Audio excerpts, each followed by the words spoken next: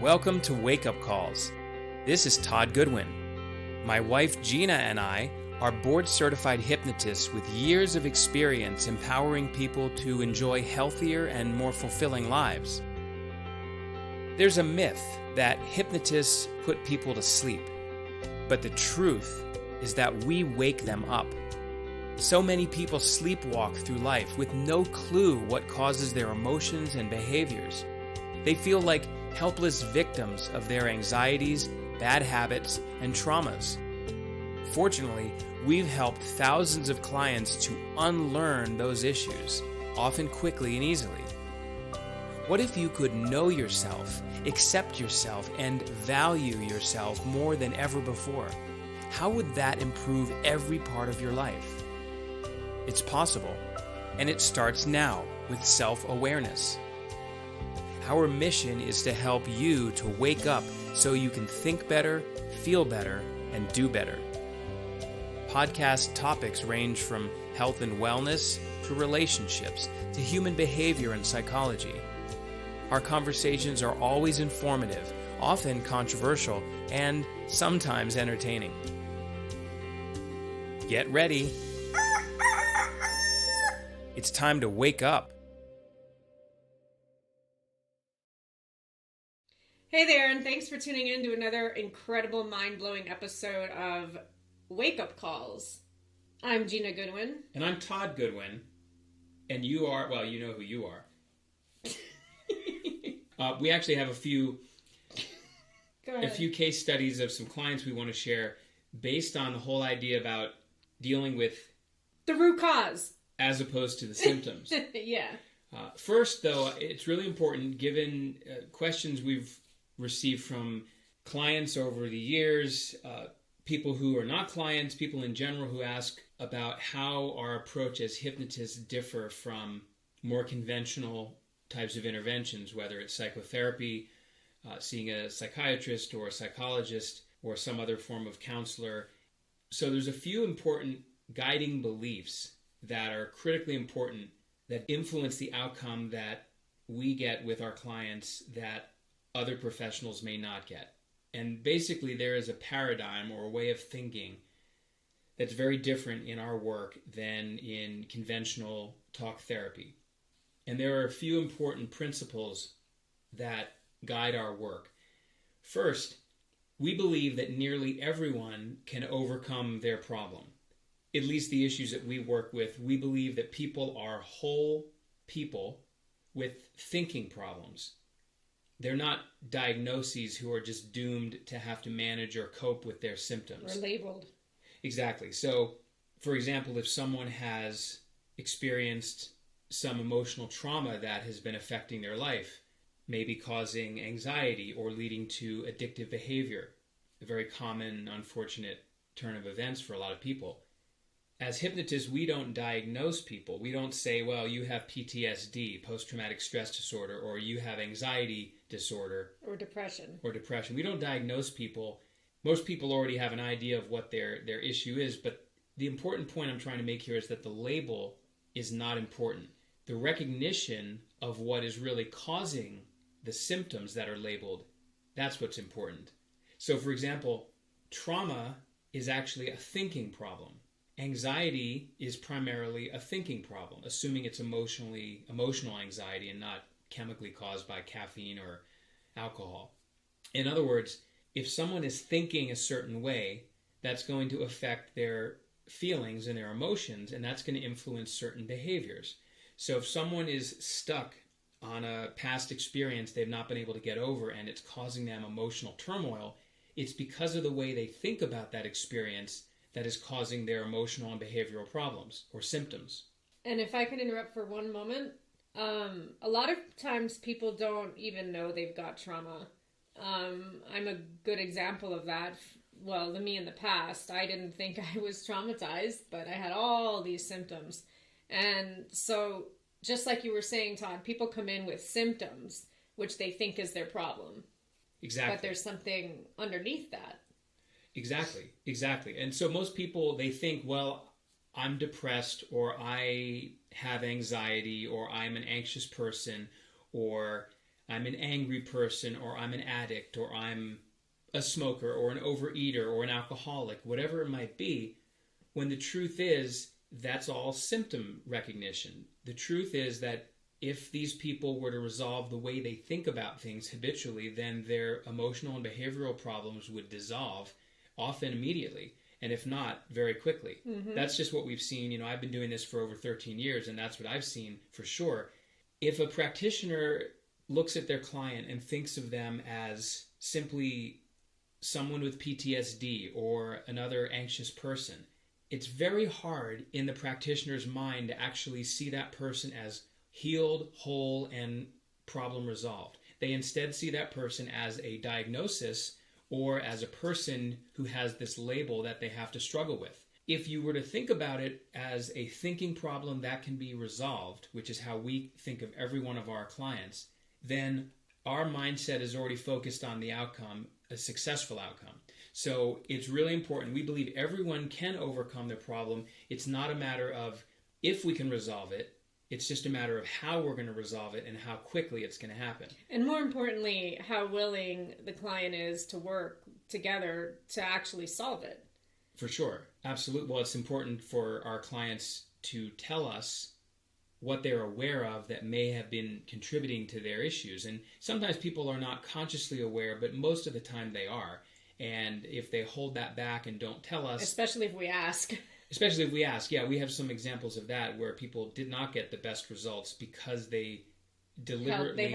They held back and hid things from us that would have really helped us, pinpoint the issue more effectively and more efficiently. So the first thing is, like I've already mentioned, people are whole people with thinking problems that can be resolved. People are not their problem. They just have thinking problems that can be solved first. Second... Right, not mental problems, thinking problems. Thinking problems, because it's not that there's an inherent problem in the brain. Many of these chemical imbalances result from a habitual way of thinking, which affects brain chemistry. If you think in a stressful way constantly, that's going to consistently alter your brain chemistry and your stress hormone system. So you create imbalances based on thinking, and when you change the thinking, it corrects the chemical imbalance. So number two, we address the underlying cause, as Gina mentioned, not just the symptoms. So while, yes, we want to help people resolve their anxiety or their compulsive behaviors, by focusing just on that, it takes much longer to resolve than if we deal with the underlying root of the weed, so to speak, which is the way of thinking. Very often is based on a traumatic experience. And number three, we work with the subconscious mind primarily, and the conscious mind, but primarily the work of a hypnotist is to address the subconscious mind, and that is where the problem and the solution both lie. Boom. Exactly. So your subconscious controls your beliefs, your emotional responses, and your habits of behavior, habits of belief, habits of emotion. So when you only work consciously, you're going to have a very limited, often short-term result, because you need to deal with what's beneath the surface, and that's the subconscious. So through hypnosis and neuro-linguistic programming and some other methods we use, we're able to shift the subconscious, and that leads to a long-term, often permanent shift in the way someone thinks, feels, and acts. Remember, the subconscious mind is vastly more powerful than the conscious mind, which is why things that we tend to resolve consciously at a conscious level, whether it's being aware of when we do that habitual habit, like washing our hands all the time, even though now you should be, but if it's a compulsion almost, being aware of the issue and redirecting your actions only goes so far. It might take a long time to retrain your mind at a conscious level, but subconsciously it's so quick, it's pretty amazing. And if you've got anything else to say, I'm going to jump into a couple. No, please do, because we have a couple of your past clients that are really interesting. So I have one of my past clients. She was a really nice girl. Her problem, quote unquote, and I put that in quotes because it wasn't really her problem, was that she picked her face a lot. And she was a pretty girl, nice girl. I think she grew up with an alcoholic mom or dad, but there was some turmoil in her house growing up, and I think she was really picked on by her siblings, But what I do remember for sure is that she'd been to a dermatologist, tried all these creams and things to help her skin because she thought her skin was the problem. When in reality, okay, so maybe it's a little problematic here and there, but just don't go crazy picking at it. And so what happened was, after I spoke with her just for a few minutes, and of course after her reading her intake forms, I had a pretty good idea of why she was picking her face before I even met her. So when I met her, I just wanted to be sure, and sure enough, she had low self-worth, and she felt like her life was out of control. And so one way that she could feel in control as often as she wanted was when she picked her face. As odd as that sounds, you might think to yourself, why on earth would someone want to pick their face knowing it's going to hurt, take longer in the morning to get ready and cover up imperfections in your skin, so on and so forth. Remember, the subconscious mind works with instant gratification. It wants you to feel good in the moment. So in that moment, she felt like she was in control. She felt like she was in control because she could control where her fingers went, how far she dug, and then if she succeeded or if she was able to pop a zit, she just felt like victorious and rewarded. So as she was doing this to, at least the subconscious was thinking to remove imperfections temporarily from her face, which in the long term made it worse, but immediately. That's possible, because of low self-worth. Yeah, I can see how that's linked. But I think she felt in control when she was picking her face. So all I had to work on was her self-worth, maybe a couple memories, and neutralize how she felt about that, therefore how she thought about the person that was causing her distress most of her life. Once we worked on her anxious feelings and her low self-worth and just a couple memories, I only saw her for a month. I saw her about 4 or 5 times. And she did great. I didn't even touch the issue of face picking, and she did great. She stopped picking her face. Every week she looked better and better. No more dermatologists, no more expensive creams, no more any of that. So that's a really interesting example of cause versus symptom. Because you helped her change how she thought about herself and her life, and that changed how she felt. Right. And then the compulsive or impulsive, depending on what kind it was. She felt like she was more in control of her life, and of course we don't have control, but she was able to let go of some control. And therefore she just felt more calm. And therefore she didn't feel a need to sit in front of the mirror every day and pick at her face, sometimes for hours on end. That's great. Yeah, and she referred a bunch of people to me. So what about the next? I had somebody else who, this is an interesting story. I had a client come in for insomnia, and he actually came to us because he couldn't go anywhere else to talk about what was bothering him or why he was having issues sleeping. He was very aware. He worked for the government, and I don't even know what he did. He couldn't even tell me what field or area he was in. It was super top secret. So probably one of the 3-letter agencies. Yes. CIA, FBI, and... Who knows? It could be ATF, DEA... I don't even know what that is. NSA, all those different ones, sure. Okay. So anyway, he couldn't tell me even what he did. I just knew he worked for the government. And so clearly, I'm sure he'd seen some shit or done some shit or both. I don't know, but he had really awful memories that were causing him to lose sleep. And so without even needing to know what it was, I just needed to know if the feeling had shifted and what had changed each time we went through a process. And once he was able to smile and laugh about the memory, which minutes before that was causing him to be angry and sad, and his face was frowning and everything. But what's cool about that is he came to us because he couldn't talk about what he does. Right. And so as hypnotists, and not just us, this goes for everybody who's a hypnotist, we don't need to know exactly what happened as long as they know, as long as the client knows. And quite frankly, sometimes I don't want to know everyone's detail or everyone's story. I don't need to know all the details. I just need to know something messed up happened. He knew he was losing sleep when he got that job with the government. So we worked on a few memories, and by the end of a couple sessions, he was smiling about it. I want to mention one thing that you were alluding to, is that sometimes while it may make us feel a little better temporarily to talk about our problem Or story, that's where I'm going with that, is that one of the main problems about someone talking and rehashing again and again, session after session in talk therapy, the main problem is that what's happening is in the brain, we're reinforcing those connections, we're reinforcing the story, and a lot of the time, what stops people from creating lasting change in their life, positive change, is that they get attached to their story. They tell everyone, whether they're seeking sympathy or they're complaining, and the more they tell their story, the more that becomes part of their identity. And that's a lot harder to shift than just, okay, it was a story. And so your story does not define you. And that's one reason why sometimes it can get in the way if someone gets too far into their story. So if they want to talk about it, usually it's during our initial consultation with them. It might just be they talk for 10, 15 minutes about the past, and then we get enough of an idea right there to know where to go from there. Right. We don't need to know everything to know where things are coming from. But your next story, which is really profound. This is a good one. So she was one of my first, I would say, trauma client. One of them. This was several years ago. Oh, yeah. 2016. Yeah, almost 4 years ago. So she was, again, super nice girl, super sweet. She came to me with a list of things / issues / problems / they were all symptoms except for 1 or 2 that she wanted help with. And the new me back then was thinking, oh, Jesus Christ.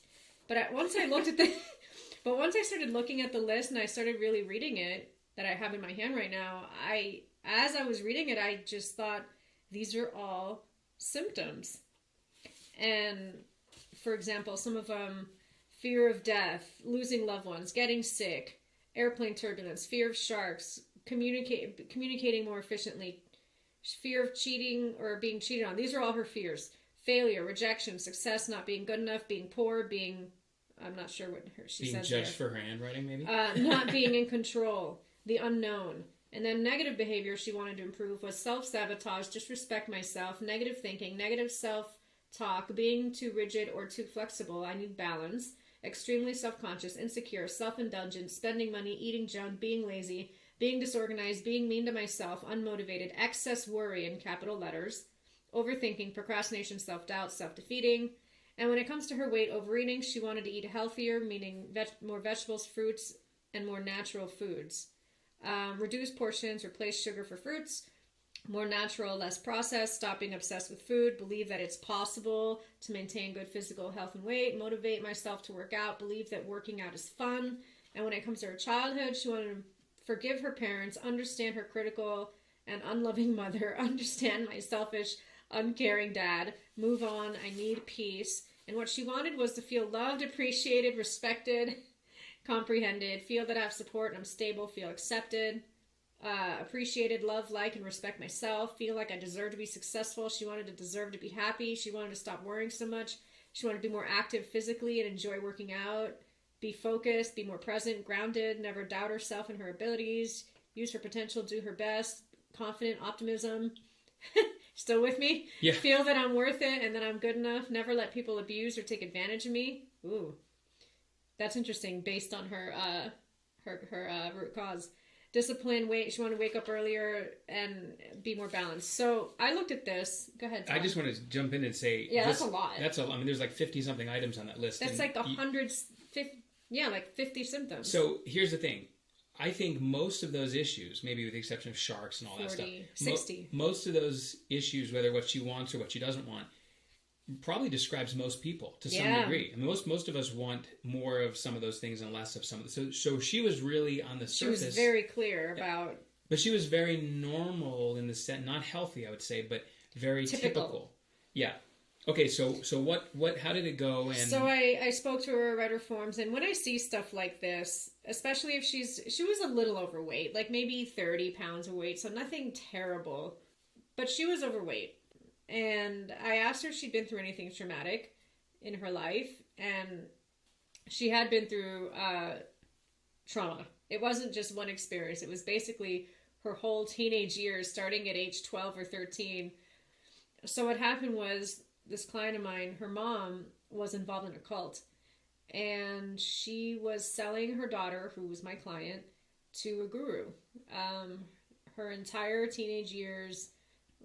lost her virginity to this guru, this man, because her mother thought that she would get enlightenment if she gave the guru that one last thing she hadn't given him. Wow. Yeah, it's really messed up. And again, sometimes it's not what happened, it's how you interpret it. It's not so much the guru who was raping her for years and years. It's the mom. It's how she felt unloved and rejected by her mom, because of all this. That was creating her problems. So we had a lot of issues with her mom we worked with, which was a lot of fun. It's amazing the changes that happened so quickly. And I saw her for about a month and a half every week or so. And she did everything she was asked to do. She did all of her assignments and homework I gave her. She was great. She came in the day of her last session, Todd, and with this list that she had shown me, and she'd highlighted every single thing that had improved. And she showed it to me, and she said, look, all these things improved. Every single thing. And that's what I told her when I first met her. I said, these are all symptoms, and all these things should get better as long as you work with me here. And it did. The only thing that did not improve was her fear of sharks, which is pretty, and turbulence on an airplane, right. Which that even got a little better. Sure. Because her anxiety was lower. Oh, and that's also a control issue. Right. Fear of sharks, sharks is understandable, and that's totally unrelated, and that's the only thing that didn't get better, and she was totally aware of that. Yeah. 48 out of 50 is pretty damn good. Right. So that is an amazing, amazing, amazing client story. And that was your first of several. You've seen both of us, but you've seen a lot of women who have had been victims of sexual abuse, whether it's like this, a sex slave, or someone who was raped by a number of men, or molested by, as a child by her uncle or relative. A lot of these different situations, because resolving trauma is one of our specialties, simply because so many people with various issues with self-worth and anxiety and addictions and all sorts of limitations and problems in their life, relationships, money, career, are rooted in unresolved trauma. So that's fantastic. So you help those people resolve their issues because you dealt with the underlying cause, not just the symptom. And I think how important it is to ask the right questions to find out what the root cause is. True. You need to figure out what's causing all these symptoms, which the client comes in saying they're problems, but they're symptoms. And we explain that to them. It's so important to be able to discern and identify what is causing these symptoms by asking the right questions. After my first year or so, I had a rape client, who she'd been raped, and I didn't know that reading her forms. And as long as you ask the right questions, that's key. Yeah. Absolutely. So we hope you found that informative and enlightening in terms of understanding the importance of having this certain philosophy or set of guiding beliefs as practitioners on how we resolve things. So if you're getting help, that they share these beliefs, or at the very least, the practitioner has a way of thinking about things so that they can see the problem as separate from you as an individual, and that you and the problem are not the same, that you were not born with any of these issues, which means you had to learn them at some point. And what we do, and what a good hypnotist will do, is help you unlearn these issues at the root. And then from that point on, you've pulled the weeds out by the root, they're gone, and you can let your flowers grow in your garden. That sounds beautiful. Isn't that nice? I think I'm going to go water our garden right now. We'll talk to you next time. Bye. We hope you enjoyed this episode. Please share it with others who might benefit too. Follow our podcast at www.goodwinwakeupcalls.com to be notified as new episodes are released.